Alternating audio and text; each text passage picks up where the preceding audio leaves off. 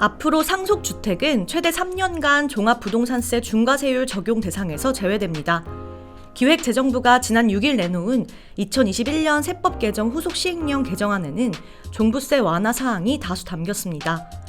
우선 상속 개시일로부터 수도권, 특별자치시 소재주택은 2년간, 광역시 외 소재주택은 3년까지 종부세 세율 적용 주택수에 포함되지 않는데요.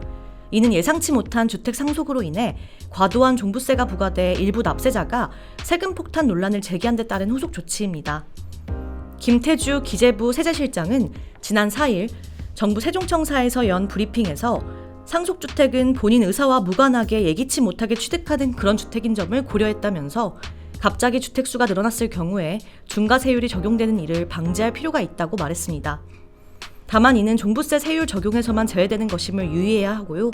세액을 산정하는 과세 표준에는 여전히 상속주택 몫이 합산됩니다.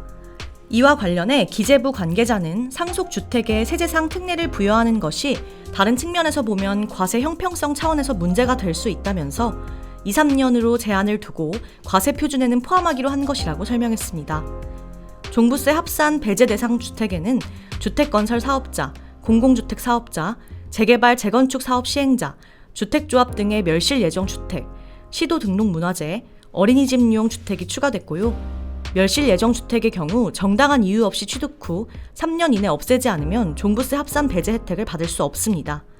종부세 기본 공제액 6억 원, 0.6에서 3% 누진세율, 세 부담 상환 150, 300% 등의 혜택을 적용받는 법인에는 기존 공공주택 사업자, 재개발 재건축 사업자, 주택조합, 공익법인, 민간건설 임대사업자 외에 사회적 기업, 사회적 협동조합, 종중 등이 추가됐습니다.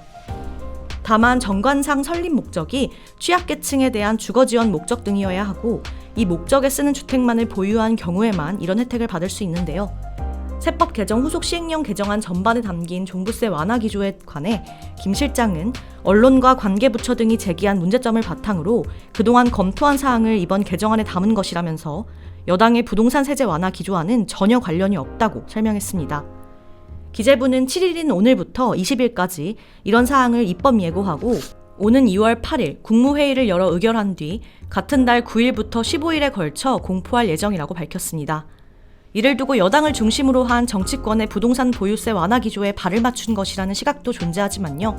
기재부는 여당과는 전혀 상관없고 그간 제기된 문제들을 개정안에 담았다며 본인 의사와 무관하게 취득하는 주택에 대해서 유예기간을 두는 것이라고 설명했습니다.